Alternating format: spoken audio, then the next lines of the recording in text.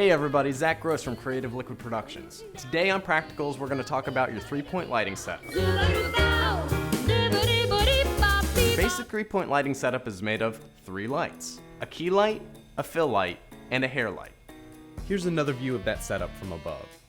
You have your subject, you have your camera, your key light, your fill light, and your hair light.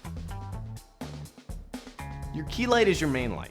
It determines the color, tone, and power of your entire lighting setup and is pointed directly at your subject.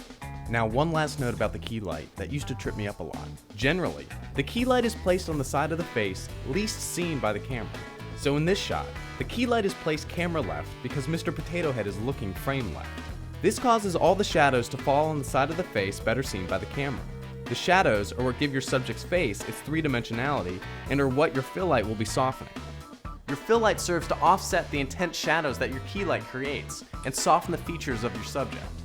Increasing or decreasing the power of your fill changes the contrast between light and shadow and the intensity of your image. Your fill is placed on the opposite side of the camera from your key. Your hair light is placed behind your subject and pointed towards their back to create a rim of light that separates them from their background. A lot of times though, you're going into real locations where you can't change the lighting. Very often those lights are acting as one of your 3 points. So for example, here's an interview I shot back in July. Notice the huge windows reflected in the glass behind the subject. I used the room's windows and the daylight coming through them as my key light for this setup.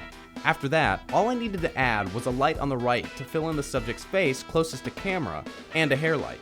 On set, I even debated about using a hair light because of the great separation the reflections behind the subject already provided. In the end though, I found the hair light gave the shot more liveliness and interest. So now you're simply augmenting, adding the missing 2 lights into your 3-point lighting scheme. Well, that's all we got on 3-point lighting in the field. Be sure to follow me, Zach Gross, on Twitter @ZGrody, and be sure to follow Creative Liquid Productions on Facebook and Twitter @CreativeLiquid.